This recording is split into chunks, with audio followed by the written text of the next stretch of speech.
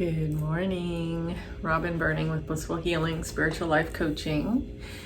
And we are reconnecting to Wonder and Awe on day 52, and we are on page 147. Or 146, sorry, and 47. This one goes just a little over a page, but it has a big, huge butter dragon. Isn't that gorgeous? So today, we're going to look around our home in our closets, drawers, and identify things that we love and those that we do not. We will consciously choose whether to continue to keep them. If we decide to keep them, we'll identify why I'm making this choice. So we're going to go Marie Kondo today, right? Does this bring you joy? Does it make you happy? And I know for me, Linda touches on this in the book a little bit, but I know for me in my space, my living space and my working space, I need to clear the clutter in order for my mind to be clear and for me to feel good. Like usually before I sit down and I start to write or start to work on a project, I will clean my desk off. I'll make sure all my piles behind me are taken care of.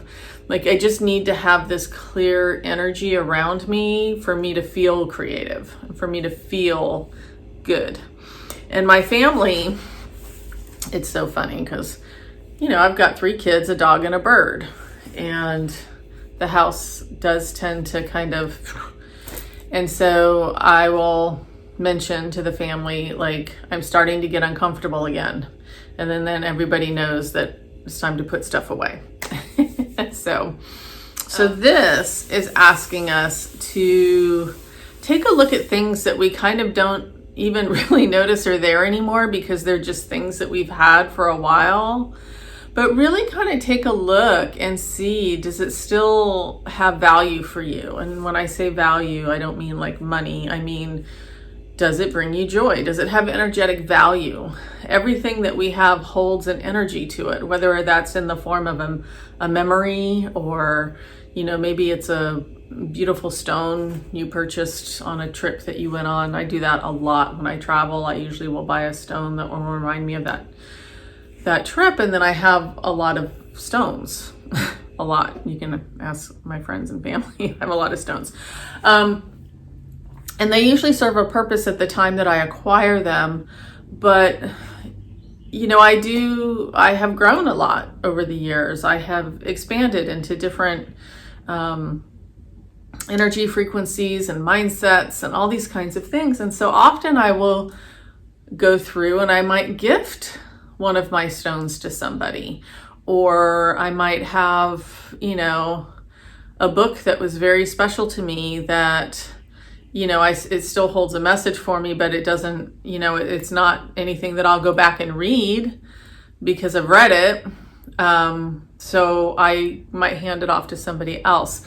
So this is kind of twofold here because number one, you're bringing joy to somebody else when you share things.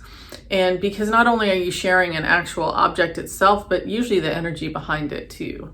So there's that beautiful piece of it. But then when you do move things out of your space, you're creating almost like a vacuum for something even better to come in. Yay. So that's what we're going to do today. We're going to go through, look through our closets, through our drawers. If you're on the fence about something like, ooh, I don't know, maybe I should, maybe I shouldn't, ask yourself, why would I keep it? What is it doing for me? How does it bring me joy? What's the purpose? And if there really isn't one and it's more, maybe it's a sentimental thing, like it doesn't really bring you joy, but it has a sentiment to it. One of the things that my dad taught me years ago when my grandmother passed away and he was going through all of her things and kind of, he had this sentimental attachment to things, but you know, honestly, when you're cleaning out a whole apartment, you can't keep everything, right? So he took pictures. He just took pictures of things, you know, or just in his own home when he was cleaning stuff out. If he was only holding on to something because of its sentimental value and not because he used it or it truly brought him joy on a regular basis, he took a picture of it. And then, so because really it's the memory, it's that feeling from the object, right? So anyway, those are just a couple of thoughts around that. And Linda's quote, there's two of them. I actually like both of them. I mean, I like all of her quotes, but I'm going to read them because they're both short.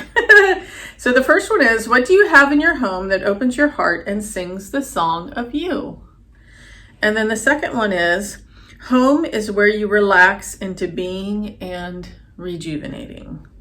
So that speaks so true for me. And that goes back to what I just said to, you know, when my family, when I tell them I'm getting to that place again where we need to clean up a little bit, it's because I'm not feeling rejuvenated anymore. I've got too much stuff around me, too much energy. So have fun.